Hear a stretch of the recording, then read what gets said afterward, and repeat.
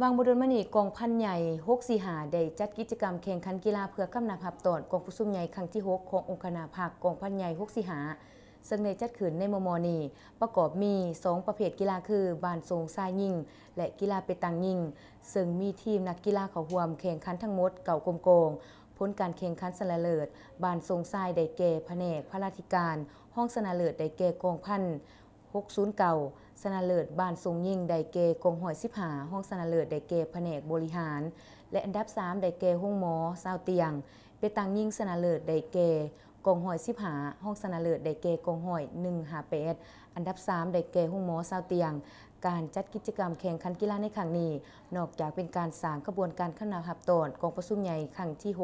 ขององค์คณะภาคกองพันใหญ่645แล้วยังเป็นการสร้างความสามัคคีหักแพงระหว่างพนักงานนักรบภายในกลุ่มกองให้มีความสามัคคีแน่นแฟ้นยิ่งขึ้นและเป็นการออกกำลังกายให้มีสุขภาพแข็งแรงเพื่อพร้อมกันเฮ็ดสำเร็จหน้าที่ที่ได้รับการมอบหมาย